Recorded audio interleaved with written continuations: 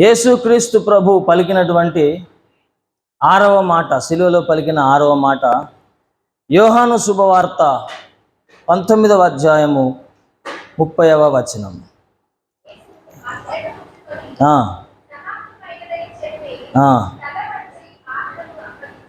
హల్లెలూయా. సమాప్తమైనది అని చెప్పి, సమాప్తమైనది, it's over. అంతేనా ఇంగ్లీష్లో? సమాప్తమైనది. ఏం సమాప్తమైంది? దేవుడు ఆయనకు అప్పగించినటువంటి పని, దేవుడు ఆయనకు అప్పగించినటువంటి బాధ్యత సమాప్తమైంది. ఆయన ఏ పని కొరకైతే ఈ భూలోకానికి వచ్చాడో ఆ పని సమాప్తమైంది, కంప్లీట్ చేసిండు ఆయన. ఏ మాత్రము కూడా కొదవ లేకుండా, బాకీ లేకుండా ఆ పనిని పరిపూర్ణంగా ఆయన నెరవేర్చి సమాప్తమైనది అని చెప్పి తన ఆత్మను, తన ప్రాణాన్ని విడిచిపెట్టినట్టుగా, ఆత్మను అప్పగించినట్టుగా చూస్తుంది. సమాప్తమైంది.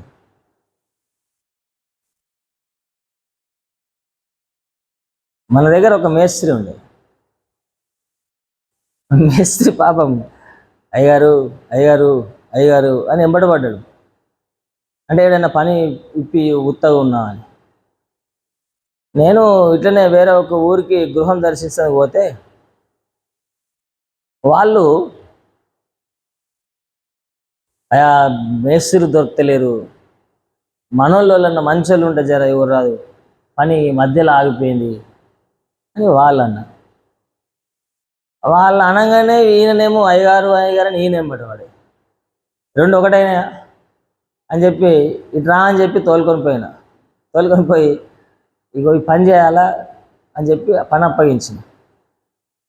పని అప్పగిస్తే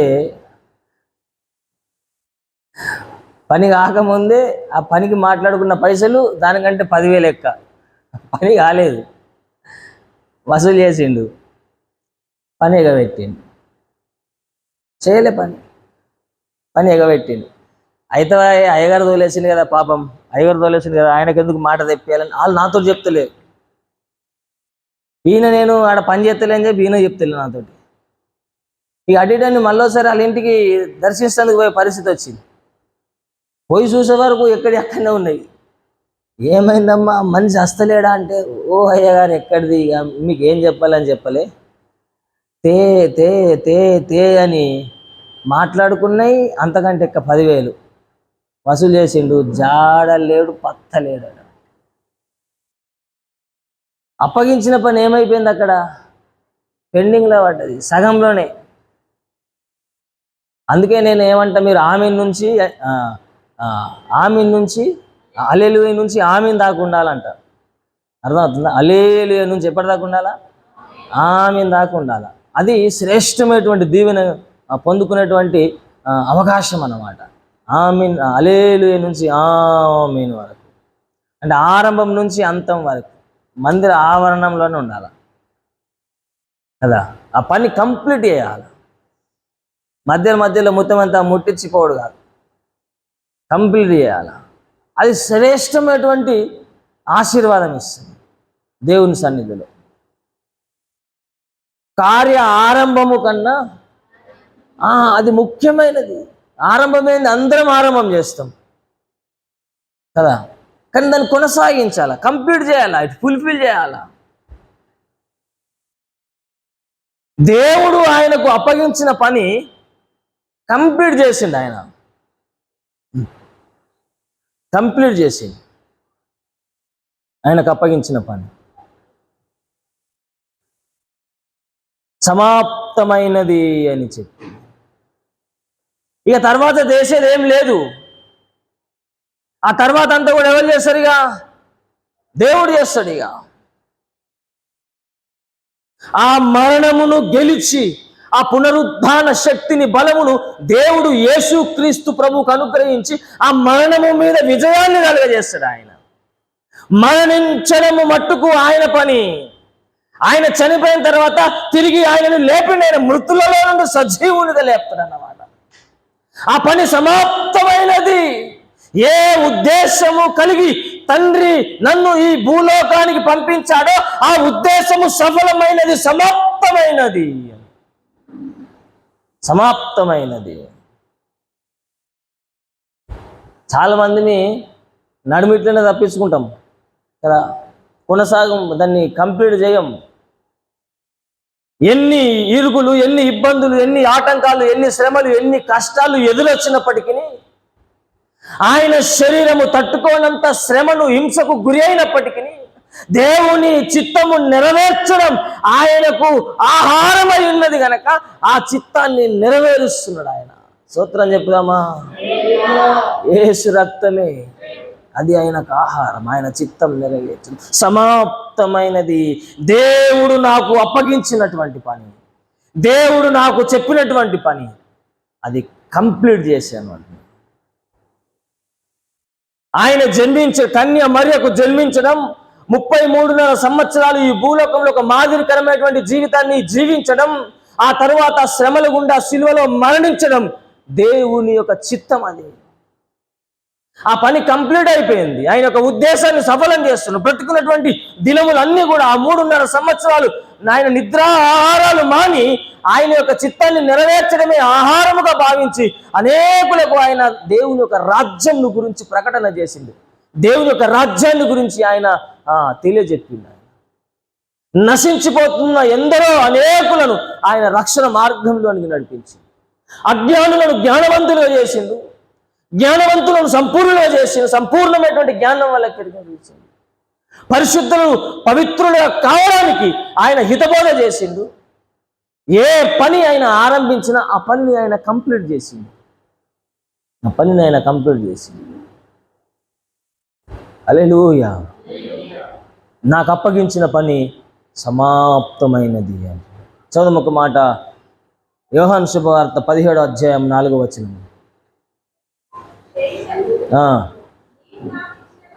చేయుటకు నీవు నాకిచ్చిన పని నేను సంపూర్ణముగా నెరవేర్చి భూమి మీద నిన్ను మహిమ పరిచితిని. హల్లెలూయా. చేయడానికి ఏ పని అయితే నాకు ఇచ్చావో ఆ పనిని సంపూర్ణంగా నెరవేర్చి ఈ భూమి మీద నిన్ను మహిమ పరుస్తున్న ప్రభువా అంటున్నాడు ఆయన. హల్లెలూయా. యేసు రక్తమే నాకు ఇచ్చిన పని సంపూర్ణంగా నెరవేర్చాను. నేను సంపూర్ణంగా నెరవేర్చాను. అపోస్తల కార్యములు 20వ అధ్యాయం 24వ వచనం చెప్తుంది. అయితే దేవుని కృపా సువార్తను గూర్చి సాక్ష్యం ఇచ్చుటయందును నా పరుగును నేను ప్రభువైన యేసు వలన పొందిన పరిచర్యను తుదముట్టింపవలనని నా ప్రాణమును నాకెంత మాత్రమును, హల్లెలూయా, నా ప్రాణాన్ని నాకెంత మాత్రము ప్రియమైనదిగా ఎంచుకోవడం లేదు అంటున్నాడు.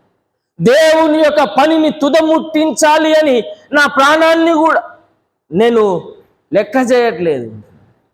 నా ప్రాణం కూడా నేను లెక్క చేయట్లేదు. ఆయన యొక్క పరిచర్యను తుదముట్టించాలని అపోస్తున్నటువంటి పౌలు పలుకుతున్నటువంటి మాట. ఒకవేళ ఏదైనా ఒక బాధ్యత మనకు అప్పగింపబడ్డది అనుకో, హల్లెలూయా, యేసు రక్తమే. ఏదైనా ఒక బాధ్యత అప్పగించినాం అనుకో, దాన్ని పూర్తిగా కంప్లీట్ చేస్తామంటారా? చేస్తామా? ఏమో ఆయన అంటున్నాడు, అది ఆయన పనిని తుదమిట్టించడం కొరకు నా ప్రాణంను కూడా నేను లెక్క చేయట్లేదు. నా ప్రాణాన్ని కూడా నేను లెక్క చేయట్లేదు. ఫిలిప్పీ పత్రిక 2వ అధ్యాయం 8వ వచనం. మరియు ఆయన ఆకారమందు మనుష్యుడిగా కనబడి మరణము పొందునంతగా, అనగా శిలువ మరణము పొందునంతగా విధేయత చూపిన వాడై తన్ను తాను తగ్గించుకొనెను. హల్లెలూయా. ఆయన శిలువ మరణము పొందినంతగా కూడా ఆయన తన్ను తాను మరణము పొందినంతగా విధేయత చూపిన వాడై తన్ను తాను తగ్గించుకొనెను అంటున్నాడు. యేసుక్రీస్తు ప్రభు ఆయన నేను ఒక ఉన్నతమైనటువంటి స్థితిలో ఉన్నవాడను, ఆ స్థితిని నేను విడిచిపెట్టుకొని ఈ భూమి మీదకి వచ్చాను, ఆ స్థితిని కొనసాగించాలన్నది నా ఉద్దేశం కాదు, నేను తగ్గించుకోవాలన్నది దేవుని యొక్క చిత్తం. ఆ పని నాకు అప్పగింపబడ్డది. ఆ పని ఎంతవరకు నేను కొనసాగించాలి అంటే నేను మరణించే అంత వరకు కూడా నన్ను నేను తగ్గించుకోవాలి. ఒకవేళ నన్ను నేను ఏ విషయంలో కూడా హెచ్చించుకోవడానికి వీల్లేదు. నేను దేవుని కుమారుడును అని కానీ, నేను పరలోకం నుండి దిగి వచ్చానని కానీ, లేక నేను తండ్రికి ఒకడైనటువంటి కుమారుడని కానీ, లేక తండ్రి నేను లేకుండా ఏ కార్యము చేయలేడనటువంటి ఏ స్వభావాన్ని నేను నా అంతరంగంలోనికి రాణించుకోవడానికి వీల్లేదు. కానీ వాటన్నిటినీ పక్కకు పెట్టి నన్ను నేను తగ్గించుకొని ఈ భూమి మీదకి వచ్చాను. మరణము పొందే అంతగా, మరణించేంత వరకు కూడా నన్ను నేను తగ్గించుకున్నాను. అది దేవుడు నాకు అప్పగించినటువంటి పని. ఆ పని కంప్లీట్ అయిపోయింది, సమాప్తమైపోయింది ఆ పని. స్తోత్రం చెప్దామా? ఆయన మన కొరకు చేయవలసినటువంటి పని పూర్తిగా చేసేసిన, ఇట్స్ కంప్లీట్ అంటాడు, అయిపోయింది. ఈ 6వ మాట ద్వారా మనం నేర్చుకోవలసినటువంటి 4 ప్రాముఖ్యమైనటువంటి అంశాలు. మొదటిది, ఆయన ప్రణాళికను పూర్తి చేసింది అన్నమాట. దేవుని ప్రణాళికను పూర్తి చేసేసింది. రెండవది, పాపం పైన విజయాన్ని పొందుకోవడం. మూడవది, ప్రవచనముల నెరవేర్పు. ఈ మాట కూడా ప్రవచనముల నెరవేర్పు. నాలుగవది, భూ సంబంధమైన జీవితానికి ముగింపు. భూ సంబంధమైన జీవితానికి ముగింపు. అది ఈ 4 విషయాలు ఆయన శిలువలో పలికిన 6వ మాట ద్వారా మనం నేర్చుకోవాల్సింది.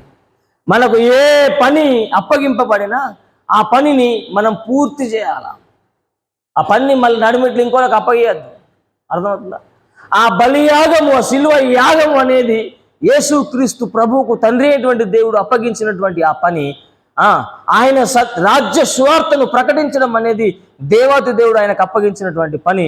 ఆయన సమస్త మానవ జాతి కొరకు ఆయన శిలువలో మరణించడం అనేది దేవుడు అప్పగించినటువంటి పని. అందరి పాపములు ఆయన భుజం మీద మోసుకొని ఆయన మ్రాణు మీద వేలాడడం అనేది దేవుడు ఆయనకు అప్పగించినటువంటి ఆ పని. ఆ పనిని ఆయన పూర్తి చేసి ఆ సంపూర్ణతలోనికి మన దైనందిన జీవితం కూడా ప్రవేశించాలి. అది దేవుని యొక్క అవిష్టమైనది. హల్లెలూయా. మోకరించి ప్రార్థన చేసుకుందాం. ప్రార్థన. ఒకసారి మనలను మనం పరిశీలన చేసుకుందాం, మనలను మనమే పరీక్షించుకుందాం.